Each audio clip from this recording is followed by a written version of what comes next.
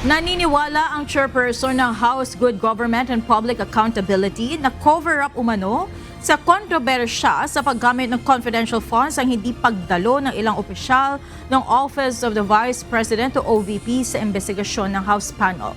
Ayon kay Representative Joel Chua, ang chairperson ng House Committee, ang pinadalo ay walang alam sa paggastos ng confidential funds ng OVP at ng Department of Education sa ilalim ng termino ng dating kalihim nitong si Vice President Sara Duterte. Muli rin itong iginiit na hindi politically motivated ang pagdinig gaya ng akusasyon ng Vice Presidente. Dahil ang nakikita po namin dito, ang pinapupunta po nila yung mga career officials na sa tingin po namin, hindi naman po sila talagang concern. Yung mga talaga pong